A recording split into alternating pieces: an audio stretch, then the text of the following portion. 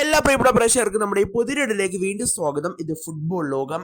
Super താരമായ Nico Williams ഇപ്പോൾ ഏത് ക്ലബിലേക്കായിരിക്കും ചേക്കേറുക എന്നറിയാൻ വേണ്ടിയാണ് ആരാധകർ നിലവിൽ കാത്തിരിക്കുന്നത്.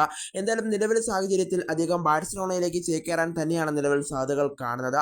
അക്കാര്യം ബാഴ്സലോണയെ താരം ഇപ്പോൾ അറിയിച്ചിട്ടുണ്ട് എന്നുള്ളൊരു കാര്യമാണ് പ്രമുഖ ഫുട്ബോൾ ജേർണലിസ്റ്റായ ഫെബ്രീസിയോ റൊമാനോ ഇപ്പോൾ ആരാധകരോട് വ്യക്തമാക്കുന്നത്. എന്തായാലും ഫെബ്രീസിയോ റൊമാനോ പറഞ്ഞ കാര്യങ്ങളിലേക്ക് കടക്കും മുമ്പ് നമ്മുടെ ചാനൽ കണ്ടുപോകുന്ന ഏകദേശം 80% പേരും ചാനൽ ഇതുവരെയായിട്ടും സബ്സ്ക്രൈബ് ചെയ്തില്ല.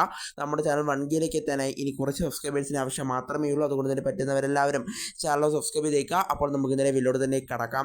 എന്നാലും ഇറ്റാലിയൻ ഫുട്ബോൾ ജേർണലിസ്റ്റായ ഫെബ്രീസിയോ റൊമാനോ പറയുന്ന പ്രകാരം ഇപ്പോൾ നിക്കോ വില്യംസ് ഏറ്റവും കൂടുതൽ പോകാനായി ആഗ്രഹിക്കുന്നത് ബാഴ്സയിലേക്കാണ് എന്നുള്ളൊരു കാര്യമാണ് ഇപ്പോൾ ഫെബ്രീസിയോ റൊമാനോ ആരാധകരോട് വ്യക്തമാക്കുന്നത്.